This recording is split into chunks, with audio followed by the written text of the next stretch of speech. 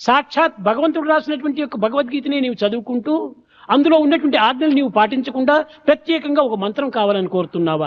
దానిపైన లేని నమ్మకము నా మంత్రం పైన మాత్రం వస్తుందా? You did not follow the teaching of the composition of God himself.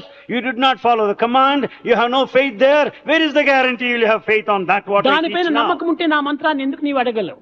If you have faith there, why do you ask now?